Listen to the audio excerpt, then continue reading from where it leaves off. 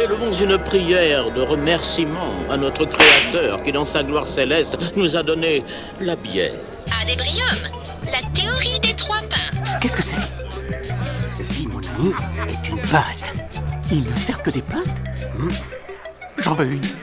That's what I do. I drink and I know things. À la vôtre, hein ? Bonne chance, surtout. Dis-toi bien que si quelque chose devait me manquer, ce serait plus le vin. Ce serait l'ivresse. On va boire un verre ou... Toujours ce petit on va boire un verre à chaque fois me cueille. Eh ben les amis, à la vôtre. À la vôtre, pardon. À la vôtre du matin, donc à la vôtre. Ouais. À l'eau. Je crois que c'est les premières pintes à l'eau. Chez toi, non Non, mais c'est la première fois qu'on les filme, les pintes à l'eau. Parce que d'habitude, on en fait aussi quand même. À la vôtre, ou comme on dit au Groenland. Est-ce que vous avez la moindre idée de comment est-ce qu'on peut dire au Groenland déjà ? Non, j'imagine que ça doit être assez proche de l'islandais, mais je suis pas sûr. Pekisutisak, ou alors Kala Litsut, ça veut dire, ou on dit aussi Skal plus communément. Là-bas, ils boivent des bières brassées localement, alors c'est que des noms, Kala, Lit, Nunani, Yemak, on dirait de l'Inuit. Oui, exactement, ça se fait très Inuit. Mais il y a eu pendant très longtemps un espèce d'embargo parce qu'ils se fightaient beaucoup trop, donc le Groenland a dit on arrête les bières, on arrête l'alcool, donc voilà. Il n'y a plus de bière là-bas ? Alors, s'il y a des endroits, ils sont encore sous le coup justement d'interdiction d'alcool. Mais c'était un... Enfin, c'est triste. J'ai les détails. Surtout surtout que ça caille. J'allais dire, on a besoin de se réchauffer là-bas. Oui, il fait super froid et du coup, ils doivent sûrement faire autre chose. Pour autant, la population n'est pas énorme, donc je sais pas ce qu'ils font. Je sais pas trop ce qu'ils font du lancer des vaches. Je crois qu'ils bouffent beaucoup de graisse d'otarie ou des trucs comme ça. Pauvre otarie, les pauvres. Bienvenue tout le monde dans ce nouvel épisode de Adébrium, un épisode très spécial, mais je vais de ce pas faire la présentation de mes invités du jour. Une anecdote rigolote sur ça. C'est un épisode exceptionnel aujourd'hui, car on reçoit le réalisateur de film pour qui l'expression « c'est le sang » prend son sens le plus littéral. Grande figure du film de genre français, il passe de l'horreur à la comédie sans se soucier des frontières, et on est tous d'accord qu'il filme de féroces créatures aquatiques ou d'implacables truands, il te manie la caméra comme personne. Je t'ai pas dit que c'était très bof ou pas ? Non, j'ai pas prévenu. Dans ces films, on s'envoie plus de patates qu'à la fête de la choucroute de Cotter-Gesheim. Et si on n'a pas froid en les regardant, c'est probablement parce que ça s'écharpe à tout va. L'écharpe. Ah oui, écharpe. Je les explique, parce que... on est honoré de recevoir ce grand réalisateur qui, peut-être, ne fait pas de théâtre parce que ça le saoule, la scène. Mesdames et messieurs, c'est Xavier Jans. Bravo. T'es forte la dernière. Bravo, je vais la ressortir. Bienvenue à toi Xavier, merci beaucoup d'avoir accepté notre invitation. Merci à vous. C'est un honneur, vraiment. Oui, clairement, je confirme, c'est un honneur. Et pour info, si vous êtes... un honneur pour moi.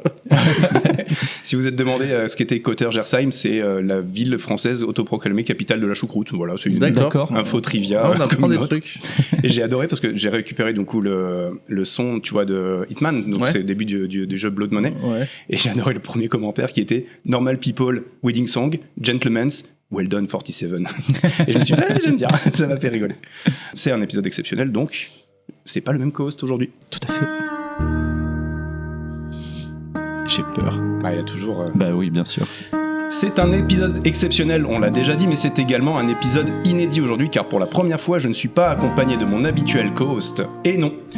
Bien qu'il partage avec Logan un amour sans borne pour les dinosaures, ouais, j'en rajoute un peu, mais comme il est pas là, il peut pas se défendre, donc j'en profite. Tout à fait. Mon co-host du jour anime habituellement le podcast dans lequel il parle de cinéma d'une voix sensuelle, ponctuée de frérots. C'est vrai. Beaucoup de frérots. Ne donnez pas à ce grand cinéphile de shampoing spécial, car il adore les pellicules. Oui. Qu'il produise des films ou sorte ses aiguilles de tatoueur, il a tout pour percer, et il en crée des belles histoires. Oui, tu me flattes, mec. Parce qu'il m'accompagne au lieu de bosser sur son chantier, il a tous mes remerciements. Ok, là si. Mesdames et messieurs, c'est Rémi Grant du Podcaps. Merci beaucoup. Bienvenue à toi. Toujours un vrai talent d'écriture sur ces présentations. Je sais pas trop. Épisode un peu particulier.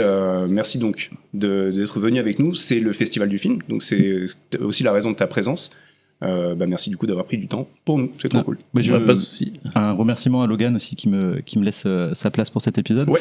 Et moi, ça me fait extrêmement plaisir. Je veux pas tirer un peu la couette, mais j'ai une petite histoire d'il y a 20 ans avec Xavier et on gardera ça pour un peu plus tard. Ah bon? Ouais. Je voulais remercier également les membres dorés de ce podcast, called members. On a Terence, Terence, Tim et Pierrot, donc ça fait très plaisir. Merci les copains. Évidemment, merci à Adam, je sais pas où il est. Merci à Adam, qui fait de la figuration quelque part.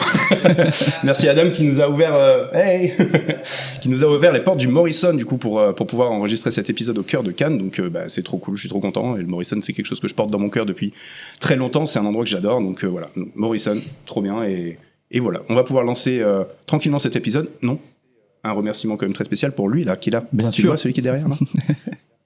Merci Quentin. On a pour la capta. On a 2 réals avec nous aujourd'hui. On a 2 réals avec nous aujourd'hui. Voilà, on va lancer cet épisode du coup. Donc Xavier, bonjour, ça va? Bonjour, bien et vous? Ça va bien? C'est pas trop tôt? Non, ça va. Non, franchement, ça va. J'ai déjà fait des trucs, donc tout va bien. Bon, nickel.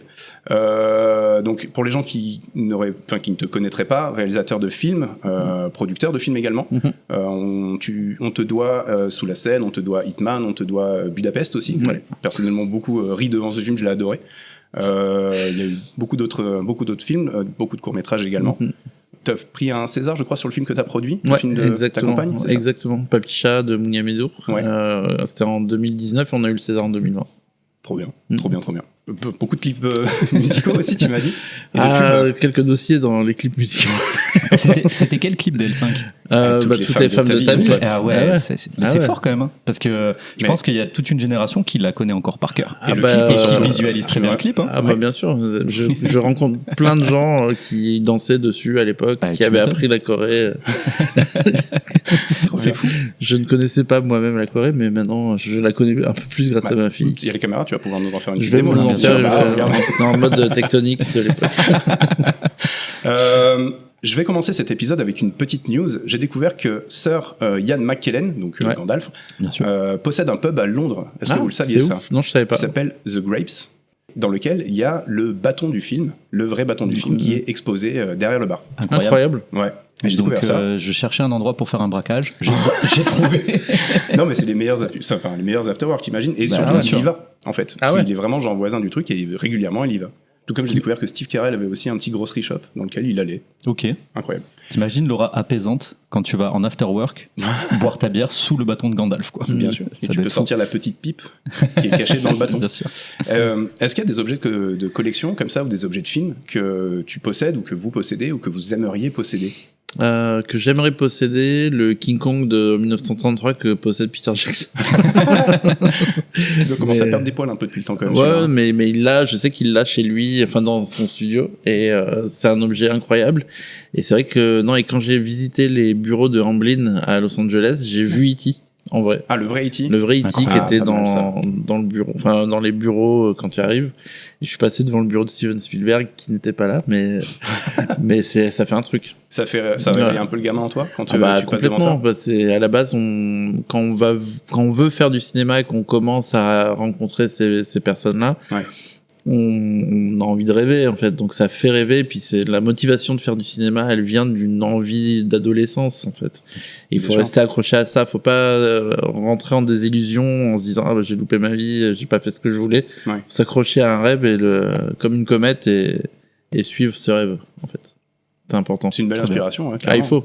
Et t'es conscient, toi, aujourd'hui, d'être justement une source d'inspiration comme ça pour une nouvelle génération? Je me rends pas compte parce qu'en fait, je rencontre des gens, mais c'est vrai que c'est plus des gens de l'industrie et je peux rencontrer des jeunes techniciens qui me disent quand j'étais jeune, j'adorais Hitman, Frontier, c'était les films. Et j'étais là, je me dis c'est vrai que ça fait déjà presque 20 ans. ça remonte. Ouais. Puis t'as marqué le cinéma français par aussi notamment Frontier, tu vois. Mais je m'en rends pas vraiment compte. Je m'en rends compte aujourd'hui parce que le film il est encore exploité. Il y a là il est remasterisé par des Australiens, des Anglais. Enfin, le film il a une vie que j'aurais jamais imaginé il y a 15 ans.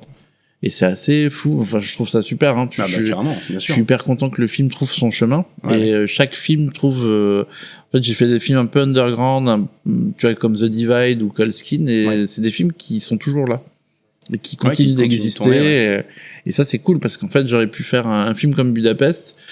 Il a un peu été critiqué à l'époque et tout ça, mais c'est vrai que d'un coup, je sais que c'est un film culte pour plein de gens. Ah en oui, fait, moi c'est assez cool, quoi. Donc je préfère avoir un univers de cinéma un peu culte, un peu underground, qui est pas forcément classe, qui va pas forcément à Cannes, mais qui continue d'exister au bout de 15-20 ans, c'est cool, quoi.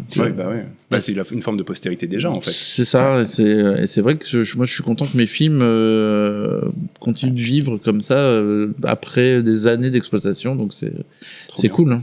Est-ce que tu fais du coup une vraie différence? Il y a souvent ce débat chez les réals et dans le 7e art de la récompense ou la notoriété auprès du public. Et moi, je préfère la notoriété auprès du public parce que la récompense, elle marque un moment de ta carrière et en fait, j'ai l'impression que c'est plus un stop.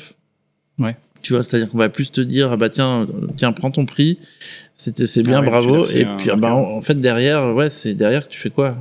D'un coup, t'es arrivé à un climax de carrière et derrière, c'est que la dégringolade, en fait. Ouais, donc, c'est vrai que d'un coup, moi, je me dis, finalement, j'ai pas eu de grand prix pour l'instant.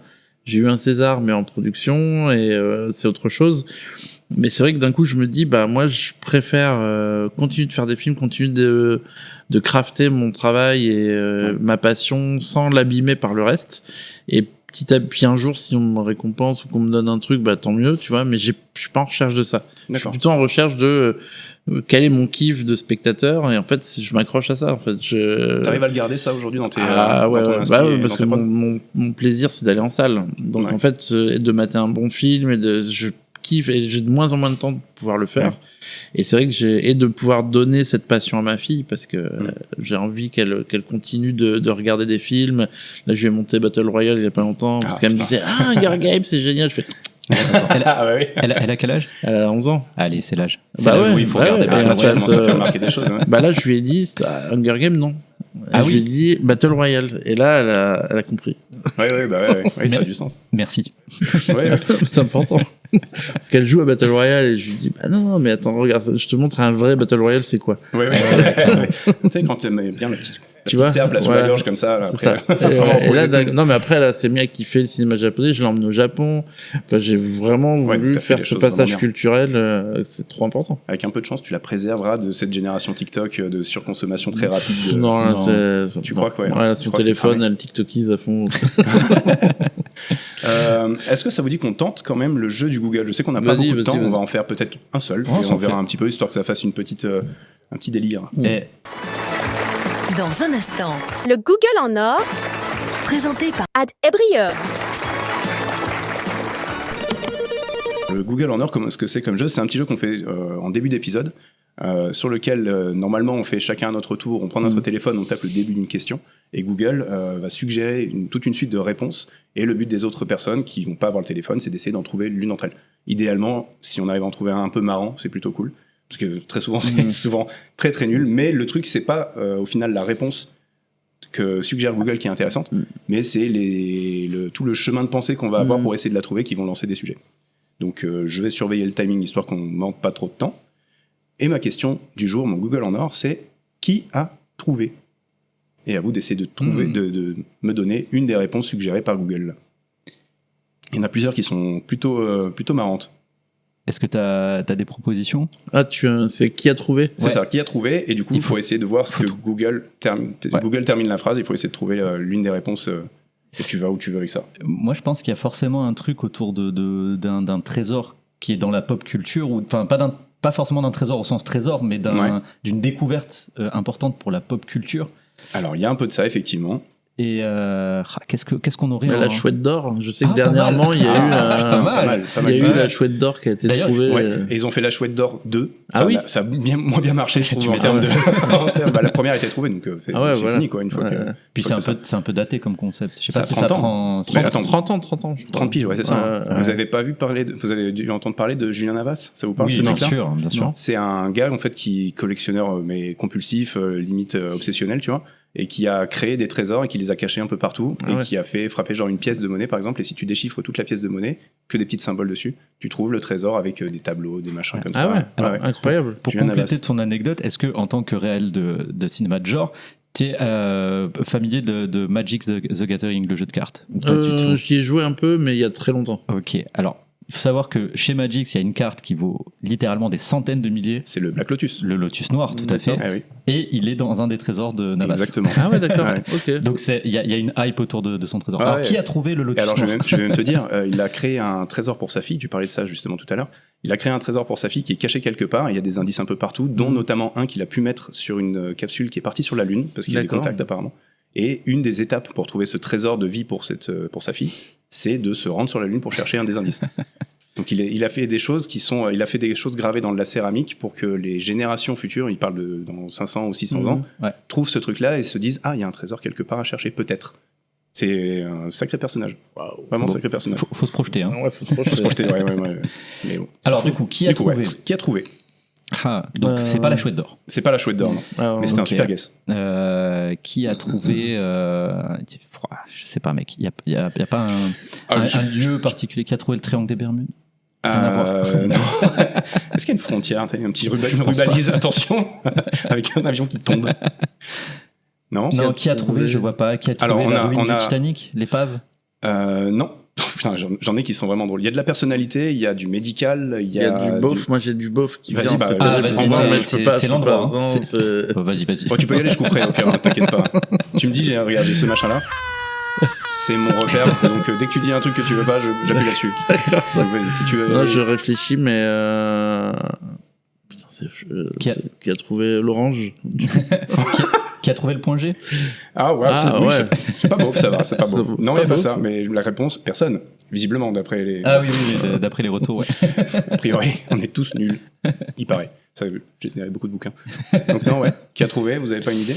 Non, vraiment pas. Là, le qui a trouvé. Il y a de la nourriture, il y a des mathématiques, il y a du mystique. Ah, qui a Ah, trouvé E égale MC2. Alors Point non, il carré, n'y a pas non. celui-là. Il n'y a pas Non. celui-là. Point carré. Quoi? Point carré. Raymond? Raymond Poincaré? Oui, c'est ça, j'ai que ça moi aussi. C'est quoi Bah, Poincaré? t'écoutes pas Continue, tu m'intéresses, toi? Qui a trouvé Ah, la si. solution de la poincarite? Ah non, je l'ai pas Bon, celui-là. bah, J'ai tant pas pis. entendu celui-là. J'ai pas entendu. Non, on en a un, c'est vraiment genre tu parlais de trésor, il y en a un, c'est vraiment le top du trésor du monde. Ah là là. Les cités d'or. Qui a trouvé les cités d'or? Non. Le top des trésors du monde. Ouais. C'est un tombeau. Un C'est tombeau. pas un tombeau, mais je peux même te dire, ça n'a jamais été trouvé pour le coup d'ailleurs. C'est toujours. Ah, le trésor des Templiers. Ça pourrait être ça, mais non. Ah. Ça serait un bon sujet de film aussi. En vrai, non. Ouais, c'est la nuit de la Saint-Barthélemy. Un short Il y a où eu ça un se film. marave. Il y a eu un film. C'est vrai? Ouais, la reine Margot. Ok, bon. Et c'est là que je vois que Patrice j'ai Chéreau. des lacunes. Je le savais déjà. Non, vraiment, je vois pas, mec. Alors, on en a un, c'était par exemple, qui a trouvé la pomme de terre, que je trouve un peu rigolo. Parce que la pomme de terre, Ah, ça, c'est une des propositions. C'est une des propositions, ouais. Ouais, c'est fou. Ah oui, parce que ça vient, je crois, si je dis pas de bêtises, des États-Unis ou je sais pas où, d'Amérique du Sud. Monsieur Patate qui l'a trouvé. Des mecs de Toy Story. Ouais, c'est ça. Oui, c'est ça. Quand il cherchait ses yeux qui lui avaient été arrachés. Non, le premier trésor, enfin le premier, c'était du coup qui a trouvé le Graal, le premier.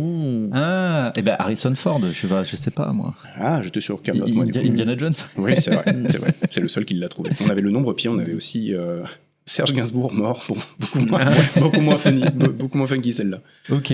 Voilà. Ok. Et donc la toute première, c'était le Graal. La première, c'était le Le Graal. Graal. Ok, Ah ouais. Eh ben, j'étais loin du. Ah ouais, moi aussi. Ouais. Mais ouais. J'étais plus c'est- sur ma bite ou des trucs comme ça. Oui, bah oui, ça marchait. Ça aurait très bien pu marcher. Voilà. Bon, normalement, on en fait 4 et je laisse un D'accord. peu plus courir, mais c'est vrai que comme là, on est un peu pris par le temps, je vais passer tout de suite à la partie. Normalement, il y a une petite entracte, donc peut-être que je dis hey, entracte. L'ascenseur va descendre. C'était l'entracte de l'épisode. 3e sous-sol. Hey, c'était l'entracte. On y revient. Vous avez tous les deux connu les vidéoclubs. Ah bah oui. C'est quoi le premier souvenir si je vous parle d'affiche ou de PLV qui vous revient comme ça à froid? Du Yoda, de l'Empire contre-attaque, dans le Ok. vidéoclub de La Fontaine à Antibes. Ok, Yoda. Ouais, ah ouais, il y avait une PLV avec Yoda qui fait ça, comme ça, Ok, et marqué l'Empire contre-attaque, et je Trop bien. n'avais pas vu Star Wars, et je me disais, ah, j'ai envie de voir ça. tu m'étonnes. Et j'avais, je sais pas, 6-7 ans. Je passais devant, j'étais comme un ouf. Putain, ça serait cool Moi, de choper une PLV comme ça, une vieille PLV des années 80. Ouais, moi, je pense que ça va être un peu plus dark, hein, mais je sais que dans mon vidéo, alors moi, il y avait soit un Vidéo Futur qui était à côté du centre de Nice, et juste en bas de chez moi, il y avait un Vidéo Plus qui était un indépendant. D'ailleurs, j'ai une grosse anecdote aujourd'hui pour Xavier avec ce Vidéo Plus, mais il y avait le fameux le rayon un peu, alors pas le rayon cul, mais horrifique, moins de 18, un peu Ouais. horrifique et tout. Et je sais, alors j'en ai plein, tu vois, mais je sais qu'il y avait plein de jaquettes où quand t'as entre 10 et 14 ans, t'es un peu, tu sais, c'est le cinéma que tes parents t'interdisent. Bien sûr. Et t'es un peu fasciné, il y a une espèce de fascination un peu morbide pour ce cinéma.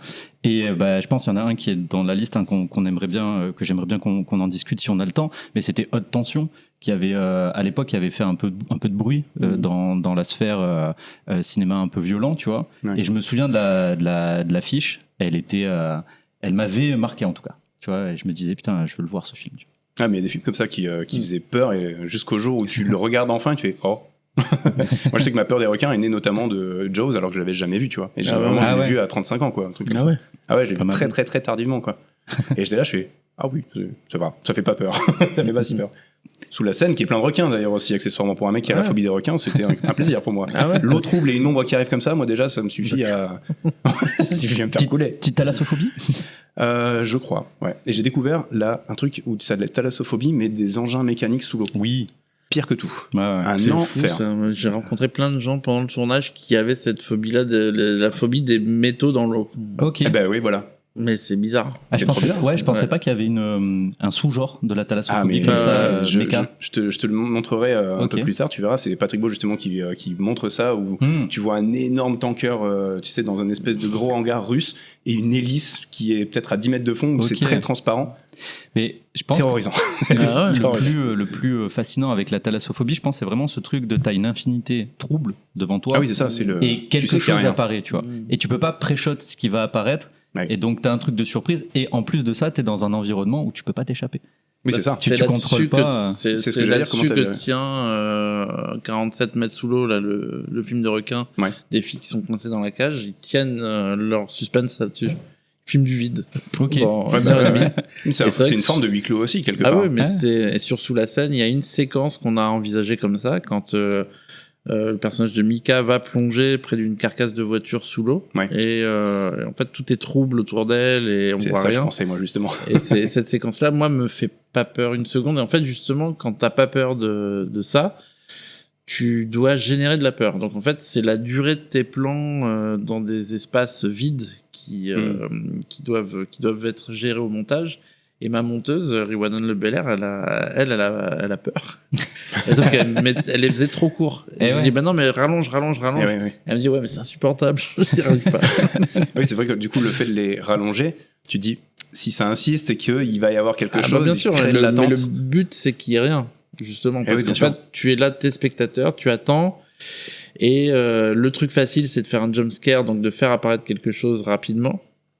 Mais aujourd'hui, j'essaye de me battre contre ça parce que c'est trop facile. Donc, c'est un peu été éprouvé comme. C'est un peu le système de foire, tu vois. Et souvent, les producteurs américains aiment ça.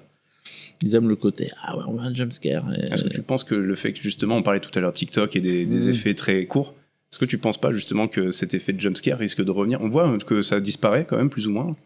C'est parti grâce à A24. Tous les A24 sont battus contre ça. On crée autre chose autour de l'atmosphère. En fait, on crée des ambiances, comme les films de Harry Astor ou Brian Eger.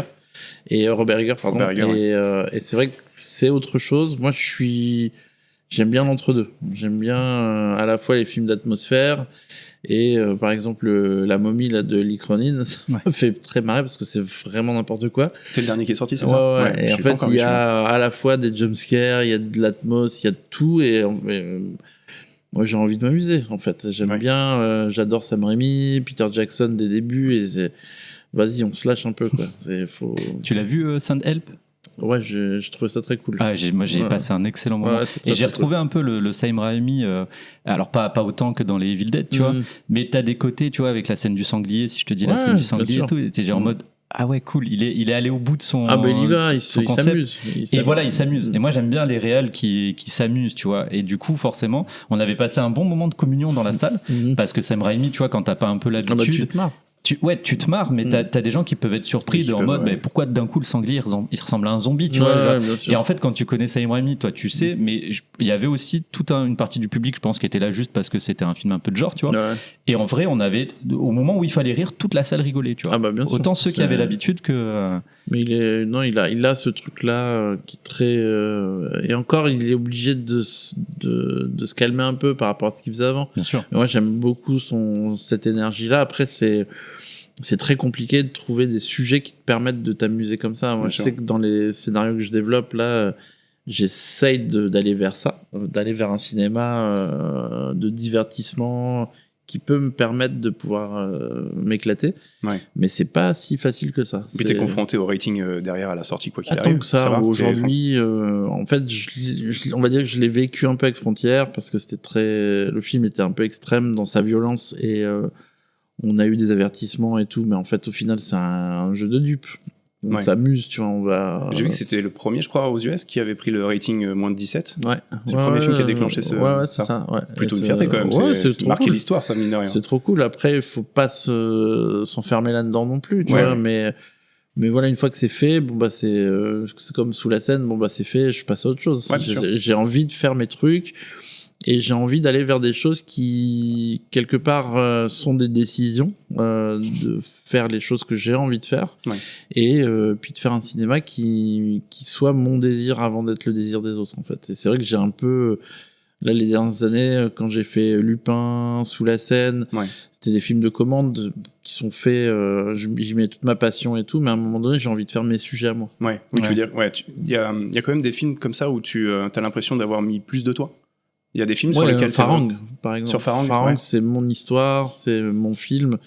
J'adore le film. Colskin, c'est une commande, mais je me suis vraiment approprié le sujet. Il a une vague très Lovecraftienne, justement, Colskin. Ah bah parce que j'adore ça et j'avais envie d'aller vers ça et c'était et encore avec du recul, je l'aurais fait avec j'aurais mis un peu plus de rouge dedans. Je trouve qu'il est très propre le film. Moi, ce que j'ai beaucoup aimé avec Farang, c'est que du coup, moi, on le disait tout à l'heure, j'ai 35 ans et je viens d'une époque où le film d'arts martiaux, il a vraiment connu un prime.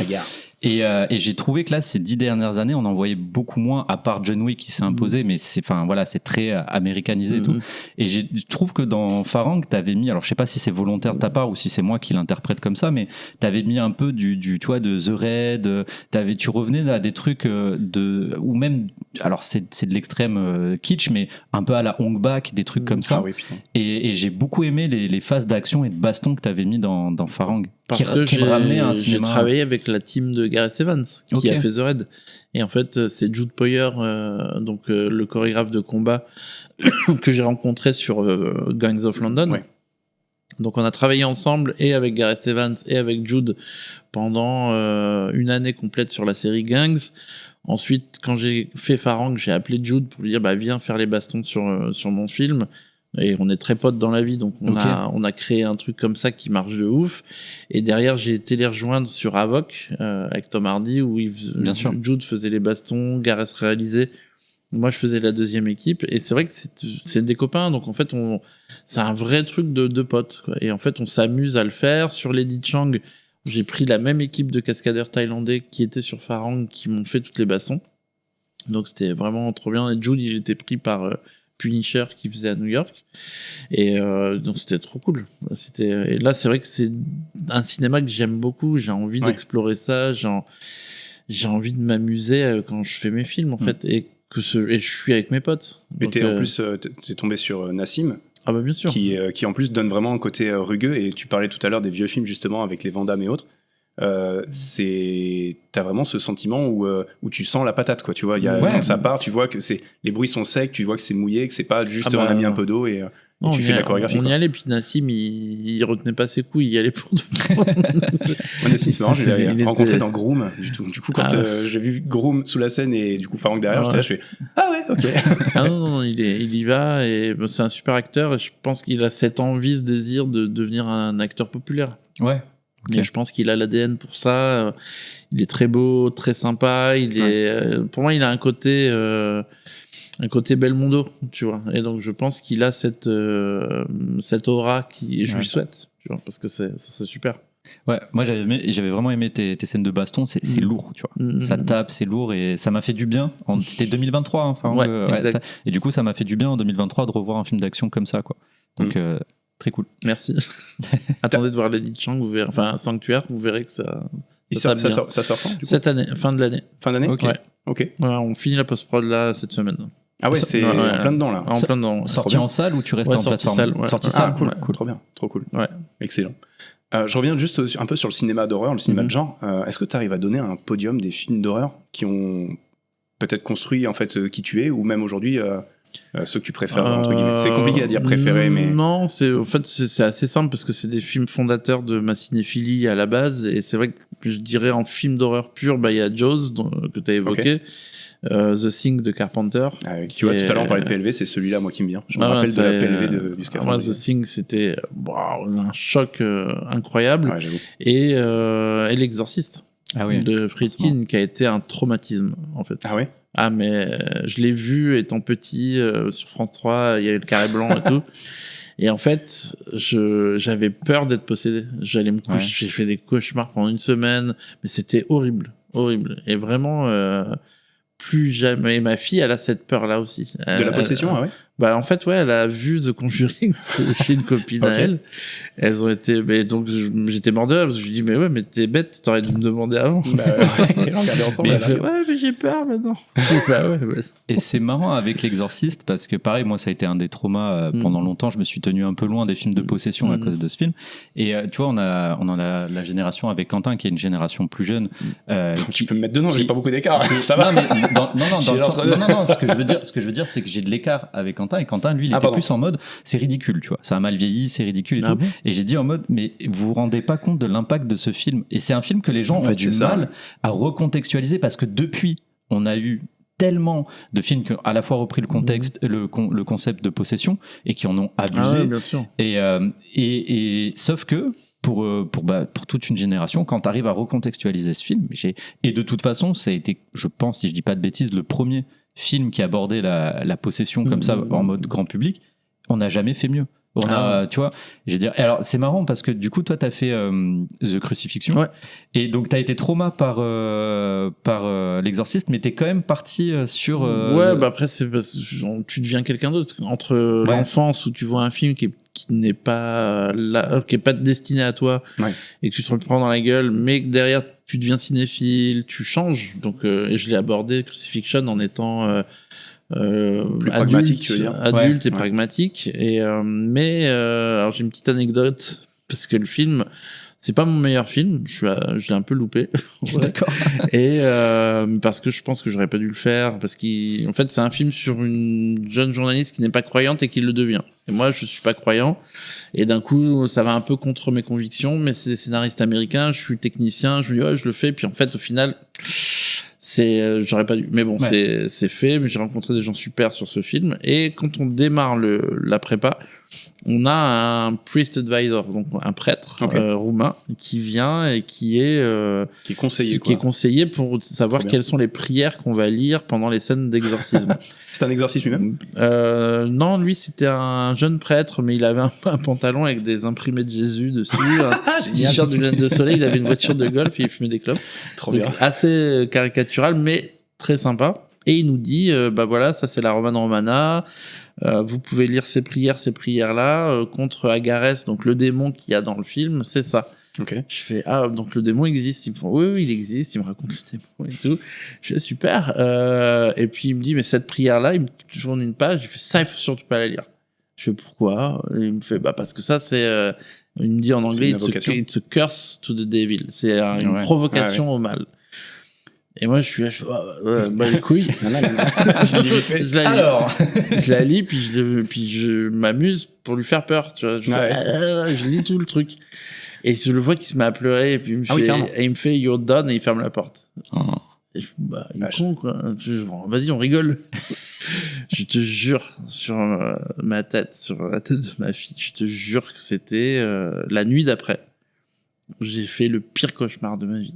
Mais Ah, le mais t'es pire sérieux cauchemar. Ouais, c'est-à-dire que je me suis vu, tu vois dans Shutter Island, la vieille Ouais. qui fait ça, Ouais. DiCaprio, donc je suis... et j'ai un rêve tellement prégnant, tellement vrai, que je pense que d'un coup j'ai été déstabilisé parce qu'en fait j'ai rêvé d'une vieille qui chevauchait un crocodile Oh, comme wow. ça Ah ouais. et qui genre me regardait et tout, un truc terrible, C'est un très vrai- biblique en plus, quoi. Ouais, Ça fait très un annonciateur de cauchemar fin du monde, quoi. super chelou. Et puis j'ai hyper mal dormi. Il m'arrive que des merdes le lendemain et je me dis putain c'est quand même bizarre. Et puis je croise le prêtre et le prêtre il me fait ouais, alors ça va, je fais ouais j'ai rêvé d'un truc bizarre et je lui dis et je vois qu'il a les yeux tout rouges et tout, il me fait viens voir. Et là Il il te me montre montre l'image. une image d'Agarès et c'est un démon qui chevauche un crocodile. Oh. Mais arrête. Je te jure.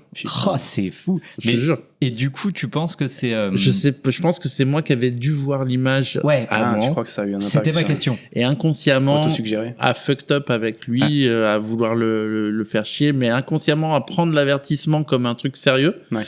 Bah, ton inconscient travaille et ta culpa va te faire créer ce cauchemar parce que c'est psychologique, hein, tu vois. Ouais, c'est- bien sûr, bien sûr. Et finalement, tu te punis. Alors, je pense. En même Alors, temps, quand ça, tu c'est vois- la situation rationnelle que je me suis raconté. Après, la situation irrationnelle, c'est qu'Agaras, il m'a dit, ah, petit con. Tu refais plus ça, s'il te plaît. Voilà, c'est ça. En même temps, quand t'as un prêtre qui fond en larmes alors qu'il a un pantalon de Jésus putain. et qui s'en va, Tu te dis, peut-être qu'effectivement. Ah ouais. Mais ça a été un moment. En fait, tout le tournage, on a eu que des merdes. C'était un tournage qui aurait dû être facile et ça a été compliqué. Mais j'ai l'impression qu'il y a beaucoup dans la pop culture des légendes urbaines comme ça autour des tournages de films de genre, autour de la possession où il se passe 1 million de couilles. Et est-ce que. Parce qu'en fait, inconsciemment, on rentre dedans. Et ouais. Inconsciemment, on va se mettre. En fait, à partir du moment où tu fais un film de genre, il faut te dire que. Ouais, tu t'amuses, mais en fait, t'y crois. Il faut que tu crois à ton sujet, tu crois à ce que t'es en train de filmer, tu te mets dans un mood bien sûr. psychologique et physique qui fait que d'un coup, bah, tu es toi-même en connexion avec ton film. Il faut l'être. Et c'est vrai que quand j'ai fait Farang, bah, c'était en Thaïlande, donc je faisais du sport, Nassim faisait du sport, on était dans un truc très énergique, très électrique. Ouais. Puis t'avais la météo en plus qui Ouais, qui puis venait mais rajouter, c'est une connexion complètement différente. Sur Colskin, en totale connexion avec mon acteur principal, avec David Hawkes, qui était très naturaliste, qui adore les animaux, là, qui fait des podcasts sur les animaux et tout, enfin, qui est le personnage du film. Ouais. Il le joue pas, il est comme ça. Et en fait, incroyable, une super connexion. Puis le film, il avait ce truc contemplatif. Et en fait, j'étais dans ce mood-là. On était sur une île en plus avec des énormes vagues tous les jours. Enfin, ouais. il y avait une espèce Les de plans truc, sont magnifiques de ce film, accessoirement. C'est vraiment une ode en plus au vide, quoi. Bah, c'était en fait, tu vis dans un endroit qui est tellement inspirant que tu te laisses aspirer par ça, en fait. Ouais. Et c'est vrai que c'est Hitman, c'est encore autre chose. Et c'est vrai qu'à chaque fois, si je reprends les moods de tous mes films, je suis pas la même personne à chaque fois quand je fais un film. Ouais, c'est vraiment, tu t'adaptes à, on va dire psychologiquement, à l'ambiance dans laquelle tu dois te mettre, en fait. Tu te prépares et tu te. Ouais. Puis à ton sujet, quoi, pour que tu puisses vraiment rentrer dans le sujet. C'est hyper important d'être en connexion. Du coup, Frontière, La Frontière, ambiance boucherie, comment c'était? Ambiance consanguin, bah, je suis du Nord. Ah, comme quoi l'inspiration. Comme quoi, c'est ma cousine et mon tonton qui m'ont inspiré le film. Alors, pardon, juste, non, c'est très rapide, très rapide, mais on va rester en légèreté parce que ça va amener à des sujets qui peuvent être plus chiants, mais là, Frontière, moi je me souviens très bien le sujet du film parlait de l'arrivée de l'extrême droite au pouvoir, et c'est une bande de jeunes qui fuient ce nouveau régime. Là, quand on voit la géopolitique actuelle, est-ce qu'on va avoir le droit à un Frontière 2, tu vois? Bah, je suis en train de l'écrire. Ah, c'est vrai, trop bien. Ouais, je l'écris parce qu'en fait, je suis trop mat. Je me dis, en 2002, on a vécu ça de plein fouet. C'est clair. Et à l'époque, on diabolisait à fond l'extrême droite. Là, c'est genre, d'un coup, 20 ans plus tard, on en a fait des gens cool. Et je me dis, mais les gars, réveillez-vous, quoi. Ouvrez les yeux. En fait, on est en train de se faire niquer parce que, je suis désolé du terme, mais parce que, en fait, les médias, Bolloré et compagnie, ils manipulent tout ça. Et en fait, il y a un moment donné, arrêtez de banaliser l'extrême droite. C'est une catastrophe, clairement. en fait. Et puis t'as une cool attitude de plein de puissants qui sont partout, qui font des trucs autoritaires où on dit bon, c'est normal. Tu vois Musk, Trump, enfin ou Mélanie là, c'est n'importe quoi. Et c'est la manière dont on les présente, la manière dont on va diaboliser la gauche aussi. Enfin, je trouve ça catastrophique. C'est vrai que du coup, c'est très frontière, quoi. Ouais. Ah bah ouais, non, mais la manière dont les médias parlent de nos politiques aujourd'hui, quand tu parles aux jeunes, mais quels sont leurs référents ?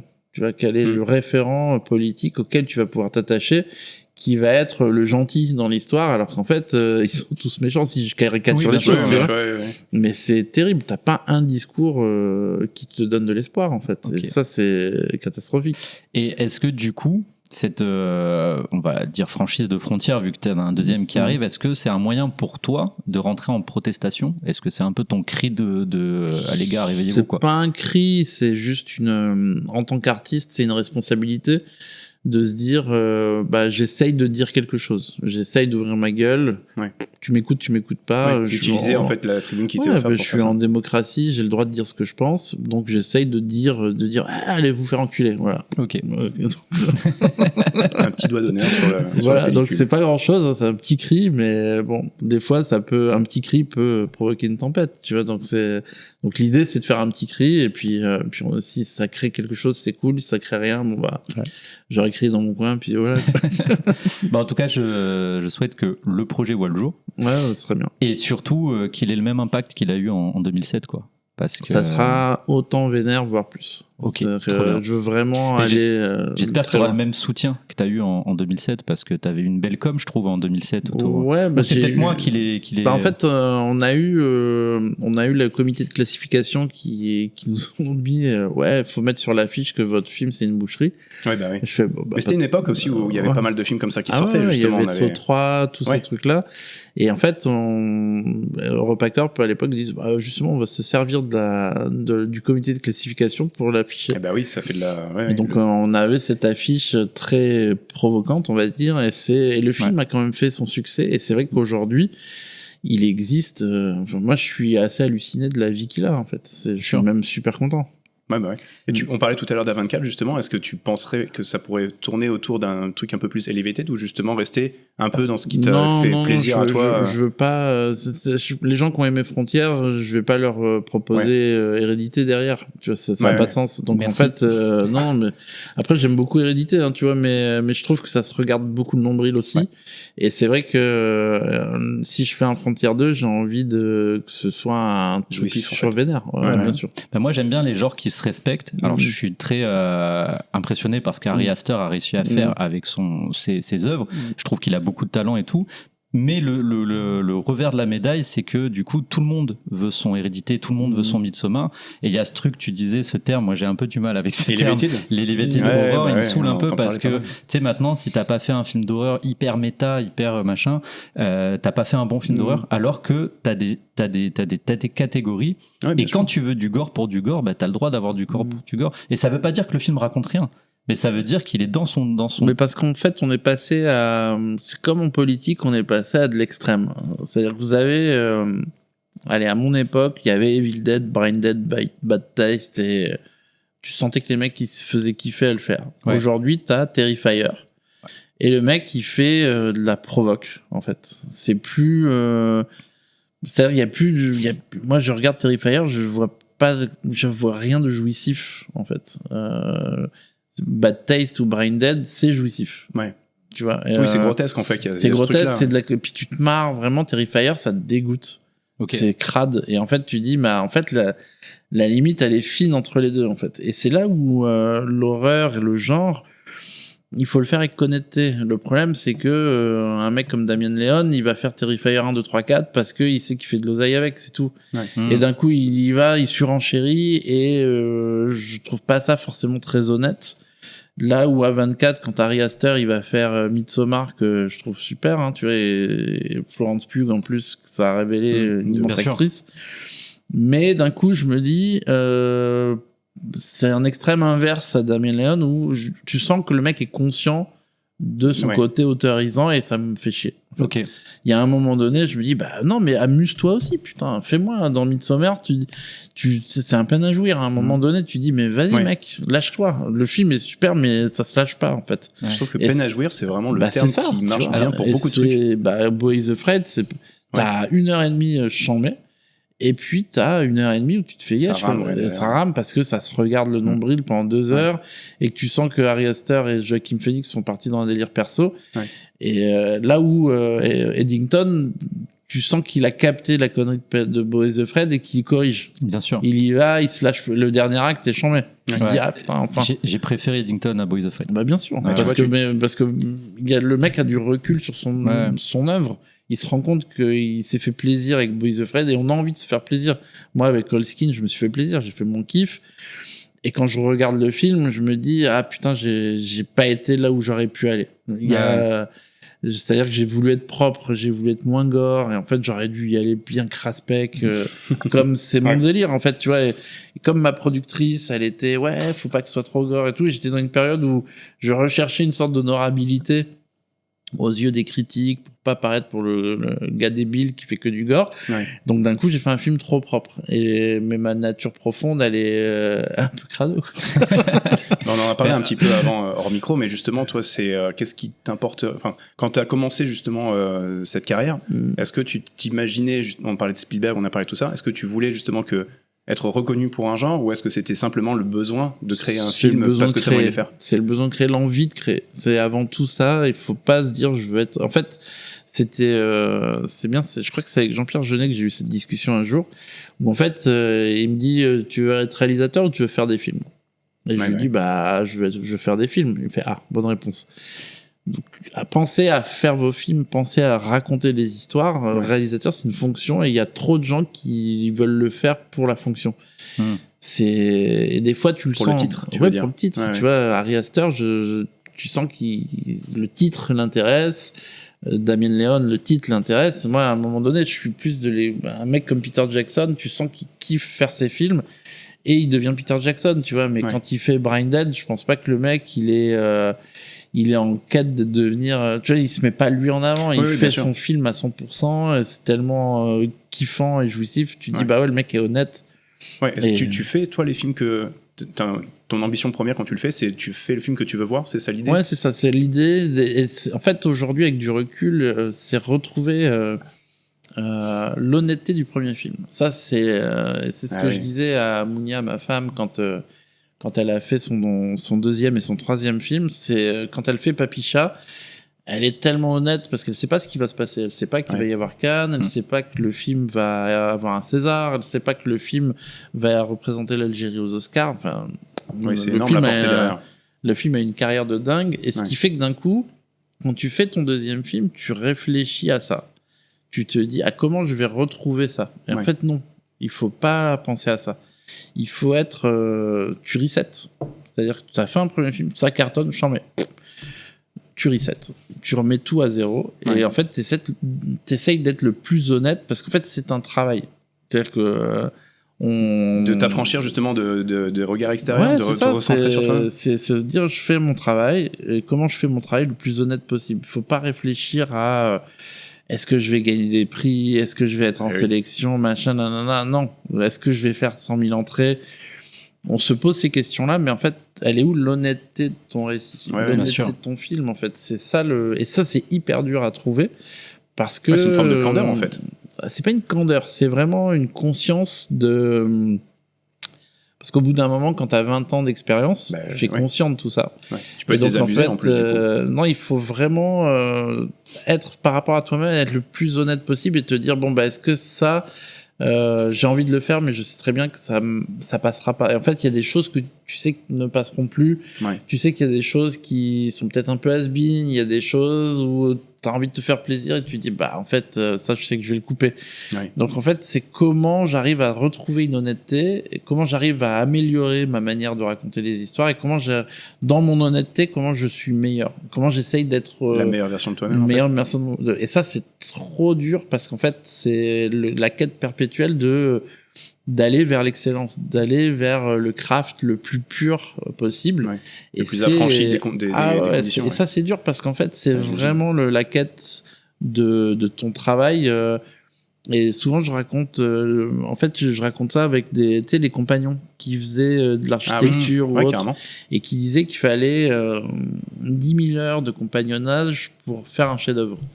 Et en fait, je crois assez à ça. Ouais. Je pense qu'il Mais, faut. De toute façon, ça vient de chez eux, hein, le coup des 10 000 heures. Il faut 10 000 heures pour être expert dans quoi que ce soit. C'est ça. Et c'est vrai que nous, on l'avait vachement entendu avec, pareil, avec le cinéma, mais avec tout ce que tu entreprends, quoi. C'est ça. Et je pense qu'il faut vraiment être humble par rapport à l'expérience que tu dois acquérir. Ouais.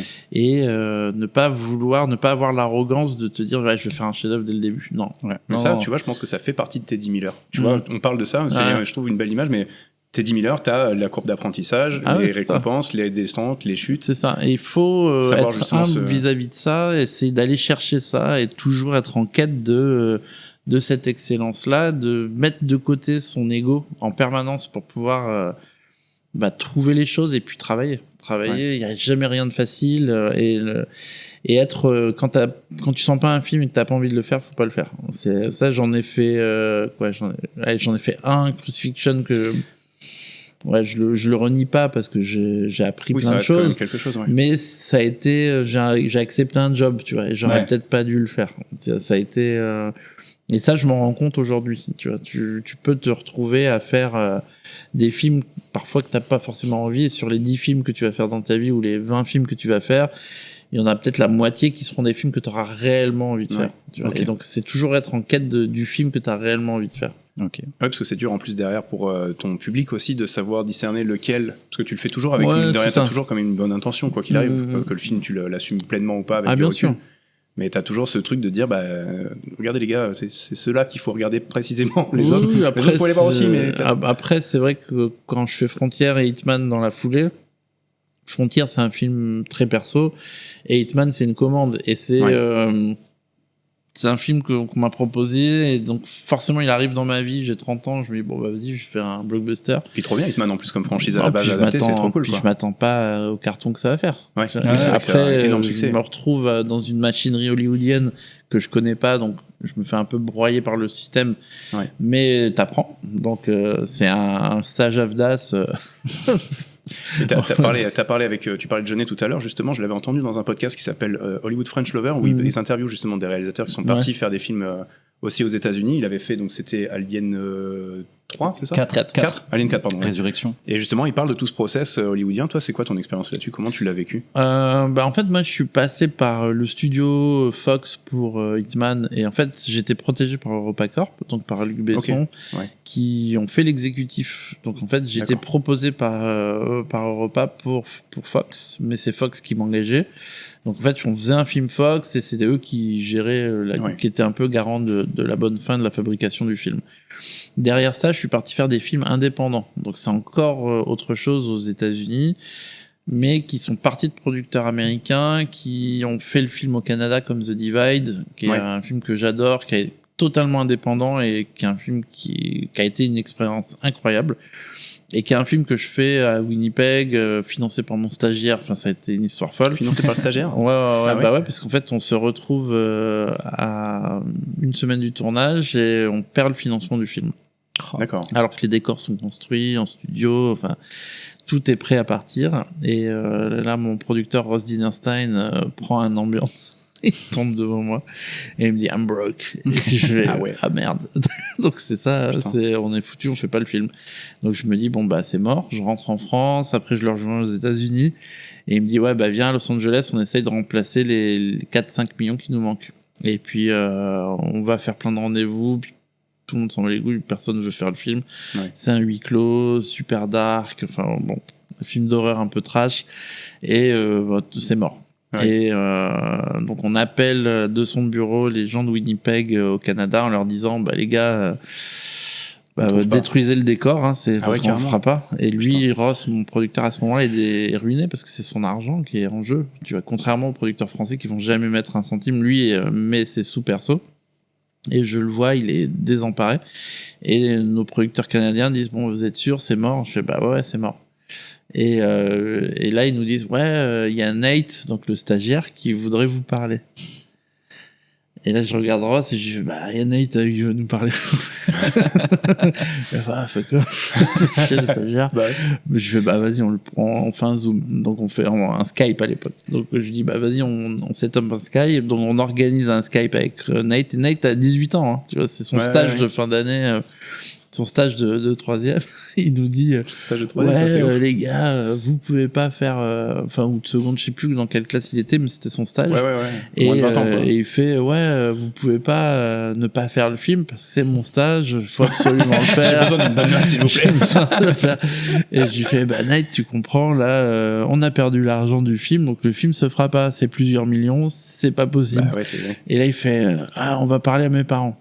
Donc on parle à ses parents, puis ses parents c'est 2 petits vieux adorables de Winnipeg, des Canadiens, mais anglophones, et qui n'ont jamais bougé de Winnipeg. Donc Winnipeg, faut imaginer que c'est au milieu du Canada, c'est perdu, il fait froid. Bah on a reçu dans le podcast justement Jamie Cudmore qui vient de Winnipeg justement. C'est incroyable, c'est une ville fou. Avec des ours. Ouais, c'est ça, c'est fou. Et en fait, ils nous font vous savez, nous à une époque, on nous a donné notre chance, donc on se dit que c'est peut-être à nous cette fois-ci de vous donner votre chance. Donc il vous manque combien? Et là Ross il fait $2 millions. Ils font, c'est pas un problème. Oh non, putain. Mais c'est fou. Comme quoi, putain, il doit être bien Noël, lui, quand même. Hein. La petite enveloppe de Noël, elle doit faire du bien. Et là, je regarde Ross et on finit le call et il me fait, they're full of shit. Le lendemain, on avait un virement. Putain. Et on relançait le film et le film, on l'a fait. C'est fou. Mais comme quoi, c'est fou. T'as des chemins de vie comme ça qui t'emmènent sur des trucs qui se débloquent et que c'est impossible à prévoir, quoi. Bah, c'est pour ça que, tu vois, un film comme celui que je vais faire là, Homewrecker, ça se positionne dans ma vie sans que je l'ai provoqué plus que ça. Et je crois à ça. C'est-à-dire, je vais pas chercher à faire ou à provoquer des choses. Je vais être initiateur de projet, mais à un moment donné, les choses, c'est pour ça qu'il faut être hyper honnête avec soi-même, parce qu'en fait, les choses, elles viennent par elles-mêmes. Et puis on vient de chercher aussi pour l'honnêteté que tu es, tu vois, peut-être. On vient de chercher, mais en même temps, c'est aussi tes choix. Et dans tes choix, il y a ce que la vie t'amène, en fait. Et là, le film que je vais faire, la productrice, c'est Denise Dinovi, donc qui a quand même produit 6 films de Tim Burton, dont Edouard Main d'Argent et L'étrange Noël de Monsieur Jack, et elle tombe sur Farang qu'elle voit, je crois qu'elle l'a vu dans l'avion, et elle m'a contacté en me disant j'adore ton cinéma, vas-y on fait un film ensemble. C'est incroyable. C'est incroyable. Ouais. Donc oui, et encore une fois, parce que t'es aussi, tu parlais d'honnêteté, t'as été honnête dans ta démarche de le faire, du coup, on vient de te retrouver pour ce truc-là. Exactement, ouais. Donc c'est pour ça que c'est le plus dur tu vois, sous la scène 2, j'aurais pas été plus honnête que ça. Oui, t'avais déjà dit ce que t'avais à dire, c'est ça que tu veux dire. J'ai dit ce que j'avais à dire, et puis d'un coup, refaire un film un peu mercantile comme ça, bon, c'est un blockbuster, ça va. Il a bien marché, hein, d'ailleurs. Ça a bien marché, mais c'est pas forcément ce que j'ai envie de faire tout le temps. Ouais. On parlait tout à l'heure de petits doigts d'honneur politiques. Dans pas mal des films que j'ai vus, justement, j'ai remarqué qu'il y a toujours soit des politiciens incompétents ou une autorité très autoritaire, quoi, des trucs très autoritaires autour. Tu vois, genre Sam, il y a les flics, il part en tôle, etc. C'est très présent, j'ai l'impression, dans ton cinéma. Parce qu'on essaye de mettre un contexte, et c'est vrai que j'aime bien mettre un contexte qui reflète mon époque, et ça, c'est important par rapport à toute la filmographie quand elle sera terminée, quand je serai à la retraite à Antibes. C'est une photo de ton époque, en fait, que tu fais. C'est ça. Et en fait, chaque cinéaste, quand on fait un film, on est représentatif d'une époque, parce que c'est dans l'air du temps, c'est des films qui vont être inscrits dans ce moment-là. Et dans 50, 60 ans, quand tu revois ces films-là, tu te dis, ces années 2020, c'était comme ça. On disait ça, tu vois. Et tu regardes les films de Ozu des années 50 ou... ça me fait penser, moi, à Scorsese, justement, tu vois. Scorsese, bien sûr. Le New York de Scorsese, il n'existe que dans ses films, comme maintenant aujourd'hui. Bien sûr, il n'existe plus. Et c'est où, en France, un mec comme Claude Sauté, il raconte une France qui n'existe plus non plus. Donc c'est important de le voir. Et justement, pour parler des films qui appartiennent à une époque, moi il y a un sujet que j'aimerais aborder avec toi, c'est que du coup moi je viens vraiment de l'époque, ma cinéphilie elle s'est faite au début des années 2000, tu vois, grâce à à ce Vidéo Plus là, est souvent dans mon top 4 des films de genre, parce que je défends souvent les Français en film de genre, en film d'horreur, en film violent, parce que je trouve qu'on avait un vrai talent début des années 2000, et j'ai un top 4, tu vois, donc c'était Haute Tension, j'en parlais tout à l'heure, il y avait forcément Chétane de Kim Chapiron, Frontières de chez toi, et Martyr de Pascal Logier, tu vois, c'est des films qui sont vraiment profondément ancrés dans ma culture, et j'ai l'impression qu'entre 2000 et 2010, il y avait les producteurs poussaient en France sur ce premier film un peu trash, tu vois, et j'ai l'impression qu'on l'a perdu avec les années. Est-ce que toi qui as vécu cette époque, tu pourrais nous expliquer un peu ce qui s'est passé? Oui, c'est très simple, c'est que dans les années 2000, c'est à partir de 2005, justement, quand un monsieur qui s'appelle Manuel Alduy, qui aujourd'hui est à France Télé, était chez Canal+, il a initié ce qu'on appelle French Fryer. Et French Fryer, c'était, ok, Canal+ veut développer des petits films d'horreur. Et en fait, on finançait, il disait, ouais, bah, vous venez avec un scénario d'horreur et on vous donne un MG. C'est déjà chez France Télévisions? Non, chez Canal ouais. À l'époque. C'est lui qui a participé sur Farang. Ah, ouais, quand exactement. il est passé en mode. Exactement, chez France Télé. Ouais. Et donc, en gros, sur Canal à l'époque, il a cette envie de développer du genre. Et donc, les producteurs suivent c'est comme un appel d'offres. Ouais. Et en fait, tout le monde a répondu à ça. Et il y a eu une dizaine de films qui se sont faits. Et puis Manuel est parti et ça s'est arrêté ce programme-là. Mais c'est pour ça qu'il y a eu quand il y a un appel d'offres d'un financier, tout le monde y va. Okay. Et donc forcément il y a eu cet appel d'air. Oui, ça a fait une vague du coup. Ça a fait une vague. Et c'est très esprit Canal en plus. Complètement. Et c'est une vague qui a créé un réel impact dans le monde du cinéma parce que c'était des films très hardcore, comme Haute Tension de Alexandre Boustillot, Julien Maury par exemple, qui y allaient vraiment. Et en fait, ça a créé une génération de cinéastes, et c'est magnifique. Et du coup, il y a personne qui a dans la sphère producteur là, qui a essayé un peu de récupérer ce truc-là, parce que là, les films que j'ai cités, je sais que pour une génération, c'est culte. Ah oui, tu vois, bien Martyr, Frontières, on peut pas passer à côté quand on parle de films de genre aujourd'hui. Frontières a moins été plébiscité parce qu'il était inspiré d'autres films et tout ça. Enfin, moi, c'est une lettre d'amour au cinéma de genre. C'est un film un peu méta que j'ai fait. Et Pascal, c'est vraiment un film d'auteur très dark, très sombre. Et c'est vrai que c'est des films, de par leur audace, qui ont vraiment plu. Mais ça a créé d'autres choses. Ça a permis à Coralie Farja et Juliette Ducorneau, par exemple, de faire leurs films. Et elles ont compris autre chose. Elles ont été vers un cinéma plus auteur. Elles se sont battues. Elles ont vu aussi les galères qu'on a eues. Et donc, elles ont tenu ça a ouvert la porte aussi à ça. En fait, aujourd'hui, Coralie et Julia, c'est la version réussie de ce que nous, on a fait. Mais elles auraient pas pu, je pense qu'elles n'auraient pas pu non plus exister s'il n'y avait pas eu toutes ces ouvertures. C'est sûr. Je sais pas, je pense que après, je veux pas faire de gaslighting ou de mail machin, mais non, mais je pense qu'elles ont un vrai regard, et c'est vrai clair. Que nous on a été les blueprints de ce qu'elles sont, tu vois, et je trouve ça génial parce qu'en plus c'est des meufs, et puis elles ont un talent de ouf, et elles sont à Cannes, elles sont aux Oscars, et c'est génial. Donc, moi je suis trop content d'avoir été le petit une démarche qui a permis l'ascension de cette escalade. Exactement. Ça c'est trop bien. C'est vrai que The Substance, c'est changé. Ça a mis le gifle à tout le monde. Tourné ici en plus. Ouais, c'est fou. C'est quand même. J'ai reconnu Saint-Laurent-du-Var et tout dans le film, c'était génial, quoi. On va arriver pas vers la fin de cette interview déjà. J'ai 2-3 petites questions pour terminer. Si tu avais un budget limité, pas de contraintes, on va dire, que ce soit de production ou de quoi que ce soit, ce serait quoi pour toi le film que tu aimerais vraiment faire? C'est un film sur la Pérouse qui s'appelle Vanikoro et que je développe encore là. La Pérouse, c'était un explorateur? C'était un explorateur pour Louis XVI à l'époque, et qui en fait est parti avec la plus grande expédition de son temps à travers les océans, et qui s'est craché sur les îles de Vanikoro et qui ont survécu pendant 40 ans sur une île habitée par des cannibales.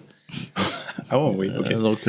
Et en fait, ça raconte la survie de l'équipage et comment les mecs ont survécu à tout ça. Okay. Et franchement, je pense que ça peut être un super film. C'est un film que je tiens en moi depuis 20 ans, et je sais qu'un jour je le ferai.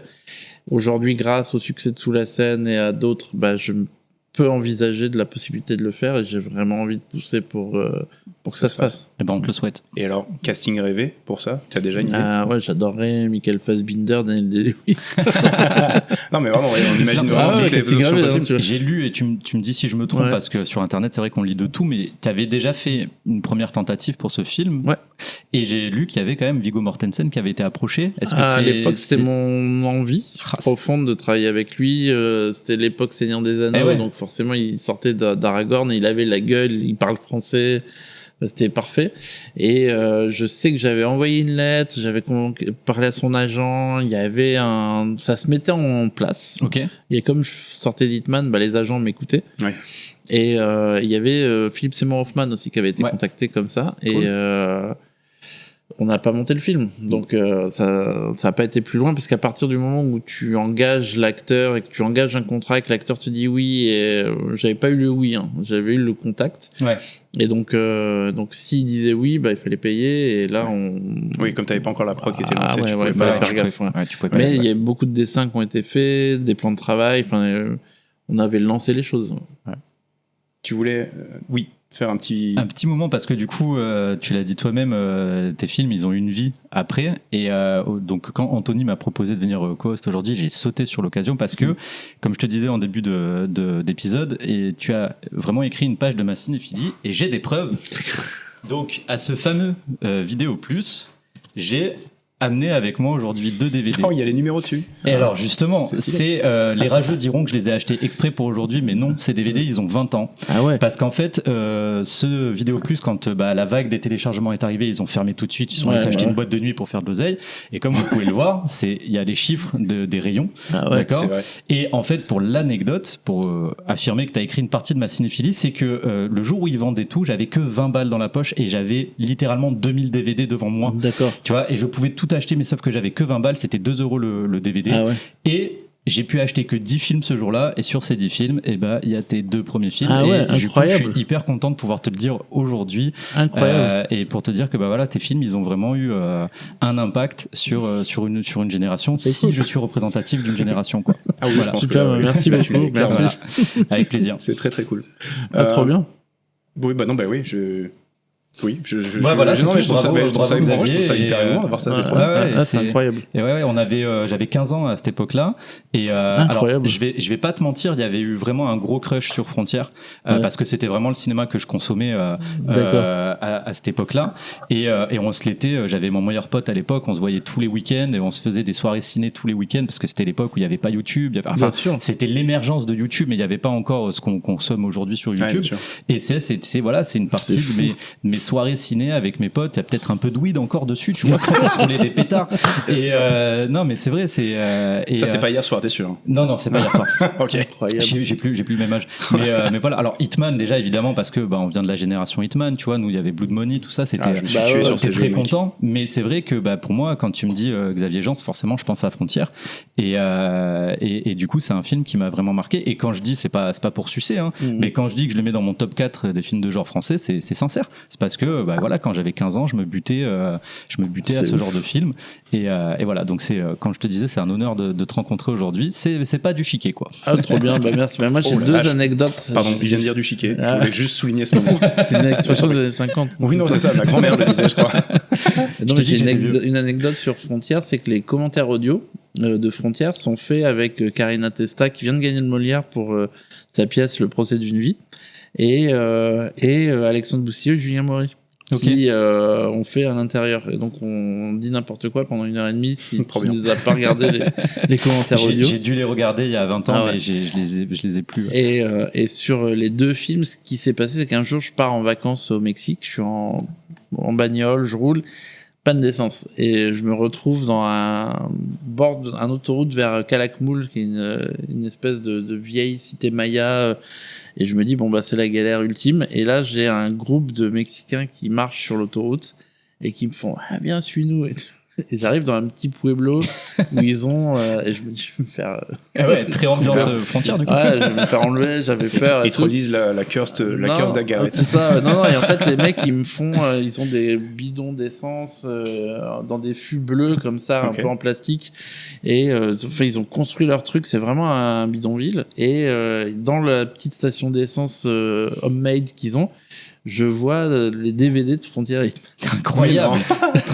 Ils font aussi location de DVD pour les gens du Pueblo. C'est les mecs du Vidéo Futur de Et là, je leur fais le directeur de film, ils font what? Et là, ils hallucinent. Et en fait, on passe une soirée de ouf. Là, tequila, machin, j'en pouvais plus. Et je suis parti. Je leur dis, mais vas-y, ils me font un plein d'essence et tout ça. Puis moi, je suis trop cool, les gars. Bah, on est devenus potes. Ils m'ont dit, tu payes pas, tu reviens. Trop bien. Incroyable. J'ai l'impression d'être tu sais, je crois que c'est dans Tintin le crabe aux pinces d'or, où il tombe sur un mec dans une tente en plein désert et il a ses albums de Tintin dans la tente. Les coïncidences et les probabilités pour qu'il y ait ça, c'est c'était fou. C'est fou. C'est pour ça, en fait, ils étaient partis pour refaire un Frontière et ils se sont dit, bon, c'est le Real, on va pas le faire, en fait. On va le laisser tranquille, finalement. C'est cool. Tequila. Allez. Ah ouais, c'était fou. Comme quoi, ouais. On va terminer l'épisode avec un petit jeu quand même. C'est un jeu très simple. Je vous dis un mot et vous devez me dire à quel film ça vous fait penser. C'est un petit jeu rapido comme ça. Vas-y. Si je vous dis le mot panique. Panique sur Florida Beach de Joe Dante. Ouais. Moi, je vais pas être original, mais Panic Room. Ouais, j'étais sur Panic Room aussi dans ma tête quand je l'ai aussi dit. Mélancolie. Lars von Trier. Bah ouais. Mélancolia. Alors pardon, c'est pas forcément le titre des films, hein. C'est plus mais la vibe que ça vous fait. Forcément, t'as le raccourci. Là, il faut aller vite, tu vois. Donc t'as le raccourci qui est forcément. Du coup, Feel Good. Feel Good, Intouchable. Ok. Ouais. Alors moi, je vais avoir de Peak of Destiny. Ah, c'est vrai. Ouais. Feel Good. Ah, c'est marrant. J'ai adoré Iceware, le dernier. Ok. Qui est autant tu souffres autant que tu prends plaisir. Le truc, il est vraiment très très bien écrit. Et La part des anges, tiens, voilà, en Feel Good aussi. Celui-là, bon, surcoté. C'est dur, peut-être que je le garderai pas. Tu veux non, vas-y, surcoté. Non, vas-y, moi j'en ai rien à foutre. C'est bon, c'est la bonne DA ça. Surcoté, un truc surcoté. Vas-y, je vais faire mon rageux sur. Putain, parce que tu vois, j'ai envie d'être rageux, mais j'arrive pas à trouver le bon truc pour être rageux. Mais qu'est-ce que je trouve qui est surcoté? Si j'y vais plein pot parce qu'on est avec Anatomie d'une chute. T'as dit quoi? Anatomie d'une chute. Ah ok. Ok. Il m'a gonflé le film. En fait, hot take, là sur Cannes, hot take. Non, mais je m'en fous. On a le droit de dire ce qu'on veut. C'est vrai que je trouve le film surcoté. Enfin, vu ce qui s'est passé. Parce que ça a généré, tu veux dire? Je dis les gars, vous regardez, c'est un film de procès. Faut descendre un peu. Faut doser un peu, tu vois. Et donc surcoté, Anatomie d'une chute. Moi, hot take aussi parce que c'est le saint patron qu'il faut pas toucher, mais Oppenheimer. Ah ouais. Vraiment, pour moi, c'est le meilleur Nolan. Je trouve qu'il a réussi à transcender un truc où, par exemple, Tenet, je supporte pas. Il y a plein de films de Nolan que j'aime pas du tout. Et celui-ci, je me suis dit, putain, quand même, respect. Moi, je fais un peu peut-être le branleur de cerveau, mais Memento, pour moi, chez Nolan, c'est celui que j'aime le plus. Mais c'est parce que ça t'a construit à l'époque. 100%. C'est de la même époque. Voilà, c'est tout. C'est mon vidéo plus, mec. Ça a été une bataille après l'autre. Moi, je suis vraiment totalement passé à côté. J'en ai déjà parlé. Le bataille après l'autre, j'ai beaucoup de mal. Je suis d'accord que tu peux dire que c'est surcoté. Je suis assez d'accord. Je trouve que le film est super, mais pareil, il y a une overhype à un moment donné. C'est ça, en fait. Et en fait, c'est trop, quoi. Moi, je me suis posé la question. Moi, j'ai adoré ce film, vraiment. Mais est-ce que sa hype, elle est pas due aussi à un contexte politique américain où tu te dis, vas-y, je viens râler contre ce. C'est dû à un contexte de pas grand-chose autour. Bien sûr. En fait, c'est ça le problème. C'est le côté marketing qui est fort dessus. Mais même pas marketing, mais la bouche à oreille, quoi. Non, puis surtout qu'il y a plus. En fait, moi, je viens d'une époque où t'avais un Tarantino qui sortait, t'avais encore Kubrick, t'avais un Spielberg, un Verhoeven, un Cameron. En fait, t'avais des sorties ciné le mercredi où c'était dingo, genre 1985. Mais où les années 90, il y avait quand même des films fous qui sortaient. Et aujourd'hui, t'as 10 films par semaine qui sortent et tout est un peu tiède. T'as pas un truc. Et d'un coup, quand t'as une bataille de prélote qui arrive, bah il a ce relent 90s où tu te dis putain ça fait du bien quoi. Parce qu'il y a plus de cinéma d'auteur américain, il y a ce cinéma du milieu américain qui a disparu et il est représentatif de ça en fait. Et est-ce qu'il y avait pas un peu aussi ce truc de ça fait 10 ans qu'on n'a pas vu Paul Thomas Anderson, tu vois, est-ce qu'on n'avait pas de l'attente sur le retour d'un grand réal? Il y avait un peu de ça aussi, puis il a été suffisamment intelligent pour venir avec un film un peu plus grand public. Ouais. Tu vois, Inherent Vice que j'ai rematé dans la foulée de Une bataille après l'autre, et je trouve que Inherent Vice ça branle un peu le mammouth quand même. Non, mais c'est vrai. Beaucoup cette expression. Dystopique. Dystopie en général. Ouais, Blade Runner. Ah ouais? Ouais. J'étais sûr. Total Recall, moi, plutôt. Ok. J'aime bien aussi. T'en as un qui vient? Non, franchement, là, tout de suite. Du coup, sous-côté. Sous-côté, Brinded, on en parlait beaucoup. Et en fait, je trouve que le film, on voyait ça comme une blague à l'époque, alors que tu savais déjà qu'il y avait un immense metteur en scène derrière, et il le prouve 10 ans plus tard. Ouais. Et là, il prend sa palme d'or d'honneur. Super. C'était émouvant, c'était joli même. Je l'ai pas vu, mais moi j'adore, et je sais qu'il faisait une masterclass pendant qu'on se parlait. Ah, c'est vrai? Ah, je suis désolé. J'avais ma place. Hein. Je suis d'autant plus honoré de ta présence, du coup. Non, mais t'inquiète. J'espère qu'on était au moins là. Là, par contre, j'en ai un qui me tient à cœur. Ah, sous-côté, ouais. Ouais, Jurassic Park 3. Voilà. Ah oui, je suis d'accord. Il est excellent et tout le monde lui chie dessus. Ouais, c'est vrai que ça me fait mal. Et comme Rocketeer aussi de Johnston, qui est un peu sous-côté aussi, qui est un film de super-héros 10 ans avant la vague des super-héros et qui est chambé. Ouais. Moi, je vais pas être original, mais je l'ai déjà dit plein de fois, Clerks, je trouve que c'est malheureux qu'il ait pas plus mais c'est plus c'est du film indépendant, quoi. C'est tellement niche et indépendant, il a déjà lui-même eu tellement de mal à se faire de la place, et c'est un film c'est un long seller, comme on dit, enfin, c'est vraiment sur le temps. Le cobaye. Ça vous parle, le cobaye? Oui, bien sûr. Avec Pierce Brosnan. Celui-là, pareil aussi, il a fait un peu de bruit à son époque, mais je trouve qu'il a été tellement oublié, et ça me fait trop marrer. J'ai repensé il y a pas longtemps. C'est un bouquin de Stephen King en plus. C'est ça. Un scénario de Stephen King, et il y a même un mec, celui qui joue le cobaye, c'est Jeff Fahey, qui jouait dans un autre film d'horreur qui s'appelle Body Parts. Et en fait, où il se faisait greffer des bouts de corps qui étaient possédés. Ça sonne bien, ça. Et on va terminer sur un dimanche soir idéal, le film du dimanche soir parfait. Serbian Film. Bien sûr. J'allais sortir une take un peu comme ça, mais... Non, en réponse... C'est ta réponse? Non, un film du dimanche, je dirais... Le Pacte des loups, tiens. Pour parler d'un anti-bois. Ouais, carrément. Ah bon, on va rester là-dessus. En plus, c'était une volonté de sa part. Hein. Il l'a dit plusieurs fois en interview. C'est du samedi soir. Du samedi soir. C'est dans son interview, c'est ça. Écoute, ça conclut parfaitement cet carrément. épisode. Bravo, messieurs. Xavier, merci beaucoup. Merci à vous, les gars. Pour ta présence, merci pour cette interview. Merci pour la bière à l'eau. Ouais, je suis désolé. Si tu veux, on peut faire une bière à la bière. Non, je peux pas parce que là, t'as du taf derrière. Ouais, j'ai du taf derrière. Merci Rémi pour ta participation en tant que co-host. Avec grand plaisir. Merci Quentin pour la capta vidéo. Merci le Morrison pour tout ça. Et puis, pour tout le monde, à bientôt. Salut tout le monde. Bisous. Merci.